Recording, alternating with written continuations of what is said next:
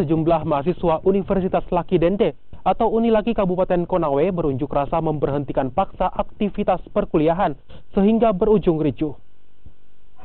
Aksi mahasiswa yang tergabung dalam Badan Eksekutif Mahasiswa Universitas Laki Dende Konawe ini dilakukan dengan menghentikan aktivitas perkuliahan.